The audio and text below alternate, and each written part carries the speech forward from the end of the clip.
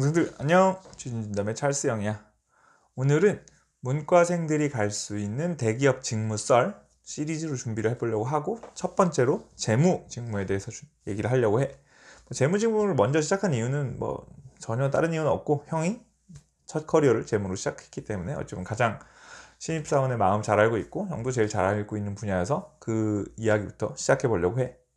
자, 이 이야기를 듣고 어찌 보면은 재무 직무를 현재 생각하고 있거나 아니면 어떤 직무를 갈지 고민하는 사람들이 좀 더 저 일을 하면 실제로 무슨 일을 하는 걸까? 어떤 성향의 사람들이 많이 가는 걸까? 내가 저 일에 잘 맞을까? 좀 판단할 수 있는 계기가 되는 어떤 이야기가 되었으면 좋겠고, 동생들한테 도움이 됐으면 좋겠어. 그래서 일단 얘기를 시작해 보려고 해. 자, 재무라는 곳은 과연 무슨 일을 하는 곳이냐? 실제로 재무 직무를 하는 사람들은 회사를 위해서 어떤 일들을 하고 있냐? 생각을 해보면 동생들이 생각하는 건 거의 똑같을 거야. 재무라는 건 결국 돈을 관리하는 거잖아, 그지? 회사에 어찌 보면 주머니 사정, 살림살이를 관리하는 부서다라고 생각을 하면 될 것 같고, 사람마다 좀 나눈 방식들은 다르지만, 형이 봤을 때는 재무 안에는 크게 네 가지 정도의 직무가 있는 것 같아. 첫 번째는 회계야. 회계는 쉽게 말해서 기업의 어떤 재무적인 상태, 그지? 금전적인 상태에 대해서 그것을 모두 다 인정할 수 있는 어떤 하나의 숫자적인 형태로 표현하는 일종의 기업의 언어 같은 거라고 할 수 있잖아. 그래서 기업의 현재 상태를 어떻게 기록하고 정확하게 기록하는지에 대한 업무를 하는 것이 회계팀이고, 실제로는 이제 현업에서 올라오는 수많은 거래들, 돈을 이렇게 썼다, 돈이 이렇게 들어왔다, 나갔다, 이런 것들을 어떤 식으로 기록을 해야 될 것인지에 대해서 현업 부서랑 커뮤니케이션 하고, 당연히 회계사들이랑도 커뮤니케이션 하면서 우리 기업의 상태를 정확하게 숫자적인 표현 방식으로 표현하는 것이 이제 회계팀의 주요 업무라고 할 수 있겠지. 회계팀에서 가장 연관성이 많은 팀 중에 하나가 이제 세무팀이야. 세무팀이라고 하기도 하고, 텍스팀이라고도 하기도 하고 하는데, 어찌 보면은 회계적으로 나와 있는 숫자에서 그 중에서 과연 얼마를 세금을 내야 되는지, 그런 것들은 회계와 세금과의 어떤 회계 처리 방식은 좀 다르거든. 그래서 회계적으로 나온 우리 기업의 이익이 나온다면 그것을 이제 세무적으로 환산을 해서 얼마를 세금을 내야 된다, 혹은 어떤 식으로 처리를 했을 때, 어떤 식으로 회사가 행동을 했을 때 세금을 절감할 수 있는지, 그런 것들이 꼭 비단 국내뿐만이 아니라 해외랑도 당연히 연관이 되겠지. 그래서 세법에 대해서 좀 많이 알아야 되는 그런 파트라고 볼 수 있을 거고, 세 번째 크게 볼 수 있을 때는 보통 기획팀이라고 많이 하지. 근데 기획이라고 했을 때는 어떤 전략적인 기획과 재무적인 기획이 좀 혼재되어 있어. 그래서 회사마다 부르는 이름들이 되게 다른데, 어쩌면 경영기획팀, 경영계획팀 이런 거라고 많이 부르고, 형이 있었던 두산중공업에서는 Financial Analysis 팀이라고 해서 어떤 재무 분석팀이라고 불렀었어. 어쨌든 이런 팀이 있는데, 그쪽은 주로 이제 회계팀이나 세무팀이 어찌 보면 기업의 현재 상태 혹은 과거의 것들이 기록이 된 과거의 상태를 본다면 이 기업의 미래를 전망하는 일을 많이 해. 그래서 보통 회사에 들어가거나 아니면 신문 기사를 보면 이런 거 많이 하지. 삼성전자의 올해 매출의 목표가 얼마다, 영업이익의 목표가 얼마다, 이런 얘기를 많이 하잖아. 그런 것들을 어쩌면 목표를 세우고 달성하기 위한 어떤 숫자적인 재무적인 전략들을 세우고, 혹시 차이가 난다면 그 왜 차이가 난지 분석을 해서 이런 것들은 우리가 더 개선할 수 있는데 못했다, 혹은 어떤 현업 부서에 뭔가 지시를 내리기도 하고, 어쩌면 기업의 전반적인 경영자의 어떤 재무적인 그 파트너로서 어떤 조언을 주는 게 이제 경영기획팀, FA팀 등등이라고 불리는 곳이고, 마지막으로 네 번째는 형이 가장 오래 있었던 조직 중에 하나인데 자금팀이라고 보통 불리지. 자금팀만 있는 경우도 있고, 자금팀, 국제금융팀이 나눠져 있는 경우도 있는데, 쉽게 말해서 둘 다 은행이랑 일을 하는 곳이라고 생각하면 돼. 자금팀은 주로 이제 현금에 대한 것을 주로 다룬다라고 생각하면 될 텐데, 어찌 보면 기업이 돈을 쓰는 방식, 그러니까 돈이 들어오는 것, 나가는 것, 쉽게 말해서 돈이 수금이 되었는지도 확인하고, 돈을 지불하려면 여러 가지 절차적인 것들이 있을 거 아니야. 기업마다 다르겠지만 그런 것들에 따라서 돈을 집행하기도 하고, 돈이 남는 것을 투자를 하기도 하고, 그리고 또 이제 돈이 부족하면은 주식을 발행해서 돈을 어떤 증자의 형태로 돈을 어떤 끌어들이기도 하고, 아니면 차입금, 채권의 형태로 돈을 끌어들이기도 하고, 국제금융팀은 그 중에서 일부이지만 해외에 관련돼서 이제 뭐 환율에 관련된 뭐 통화 관련돼서 수합을 한다거나 거래를 한다거나 이런 것들을 하는 게 이제 국제금융팀이지. 그래서 결국에는 이제 재무관리 부문, 흔히 말하는 뭐 재무팀이다, 재무관리 부문이다, CFO라고 이제 그 산하에 있는 조직이다라고 하면 뭐 여러 가지 다른 팀들도 정말 많아. 뭐 IR 팀도 있을 거고 감사팀도 있을 거고 뭐 여러 가지 세부 팀들이 있을 수 있지만 크게 봤을 때는 4개 정도의 조직이 있다. 회계, 세무, 경영기획, 자금 정도의 조직이 있다. 그리고 아마 동생들이 혹시나 대기업의 재무 영역으로 지원을 하게 된다면 이 4개 중에 하나에 속해서 일을 할 확률이 굉장히 높을 거야. 그리고 뭐 좀 작은 조직에 가면 뭐 2개씩, 3개씩 묶여서 할 수도 있고, 뭐 정말 작은 조직은 재무팀 안에서 이 모든 것을 다 할 수도 있겠지. 어찌 보면. 그래서 이 4개 조직이 어떤 기업의 재무라는 펑션이 하는 4개의 일이고, 그런 것들이 결국에는 기업의 살림살이, 돈 관리를 어떻게 할 건지, 어떻게 기록하고 어떻게 기록해서 더 잘 좋은 숫자를 만들어낼 것인지, 이런 것들을 커뮤니케이션 이런 것들을 하는 조직이다라고 생각하면 될 거고, 형은 좀 더 쉽게 말하기 위해서 이런 표현을 쓰고 싶어. 가장 많이 쓰는 툴이 뭘까? 쉽게 말해서 뭐 이메일을 많이 보낼 수도 있고, 전화를 많이 할 수도 있고, 뭐 PPT를 많이 쓸 수도 있고, 엑셀을 많이 쓸 수도 있고, 여러 가지 방식으로 이제 회사원들이 일을 하게 되는데, 재무팀은 뭘 가장 많이 쓸까? 뭐 많은 사람들이 짐작하겠지만 엑셀이라고 생각해. 뭐 쉽게 말해서 엑셀로 돼서 정확하게 숫자를 계산하고 표현하고, 그런 것들을 통해서 어떤 뭐 기업에 도움될 만한 일들을 하는 것. 엑셀을 가장 많이 다루는 팀이다. 그런 펑션이다. 라고 생각하면 좋을 것 같아. 자, 다음 주제로 넘어가 볼게.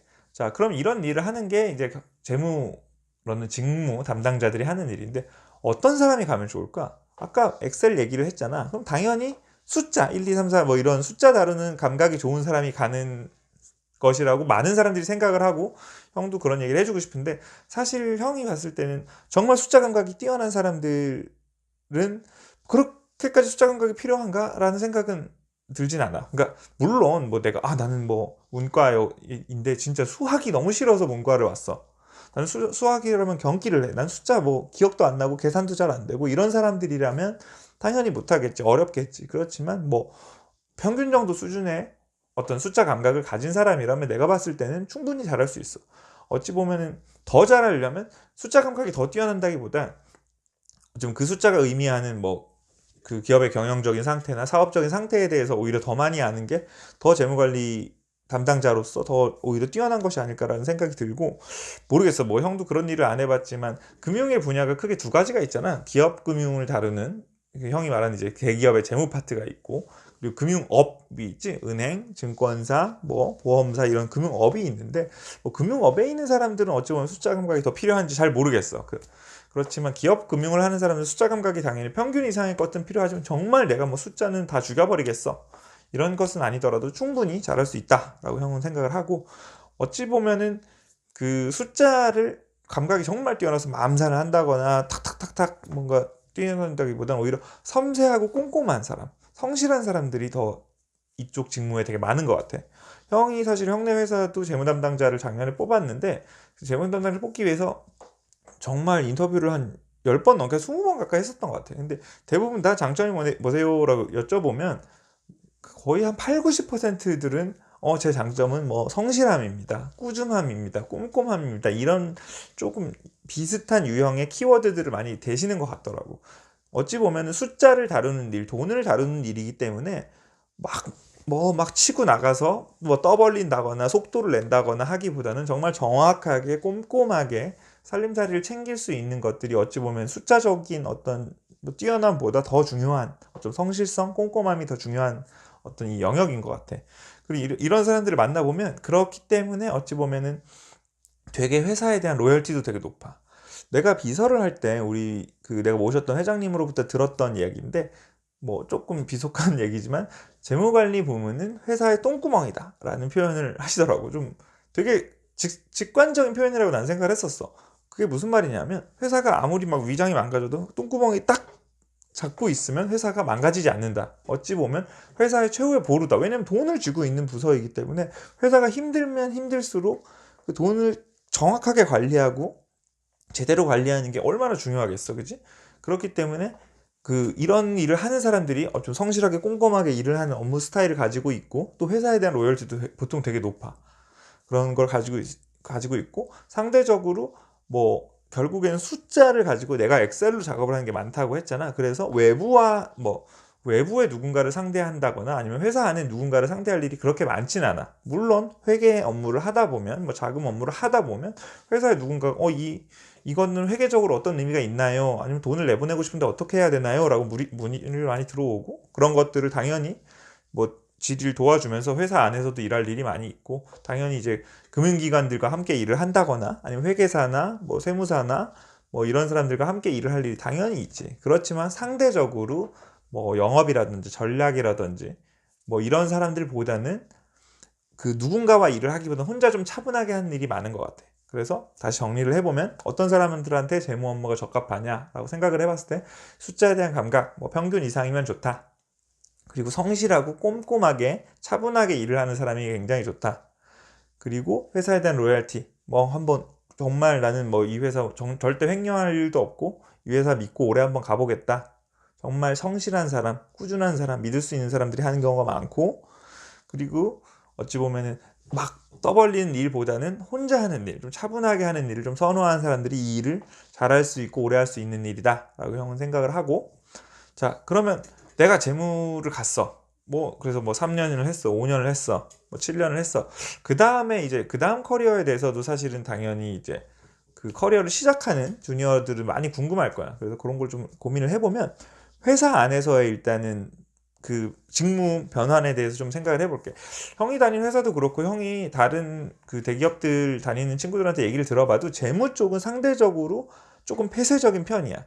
어찌 보면은 그 직무의 전문성이 되게 있는 편이야. 왜냐하면 아까 말했듯이 숫자를 다루고 돈을 다루는 곳이기 때문에 어찌 보면 정말 더 잘하는 스페셜리티, 전문성이 필요한 곳이고 로열티가 필요한 곳이기 때문에 이 인원을 뭐 딴 데 간다거나 전혀 안 하던 친구를 새로 받는다거나 하는 일도 많이 없어서 좀 그 일을 오래 하는 편이고, 뭐 공채 출신이 아닌, 그러니까 신입부터 온 사람들의 비율이 되게 많아. 그래서 상대적으로 경력직 비율도 좀 적은 편이고, 그래서 회사 안에서는 상대적으로 다른 뭐 전략이라든지 마케팅이라든지 이런 것보다는 좀 더 그 직무, 그 재무라는 직무를 좀 오래 하는 경향이 있다라고 일단 생각을 할 수 있을 것 같고, 혹시 뭐 회사를 떠나서 다른 데 이직하는 경우를 좀 생각을 해보면 어찌 보면 이 재무라는 것은 뭐 모든 회사에서 다 필요한 일이잖아. 그렇기 때문에 어찌 보면 이직할 수 있는 가능성이 꽤 많은 것 같아.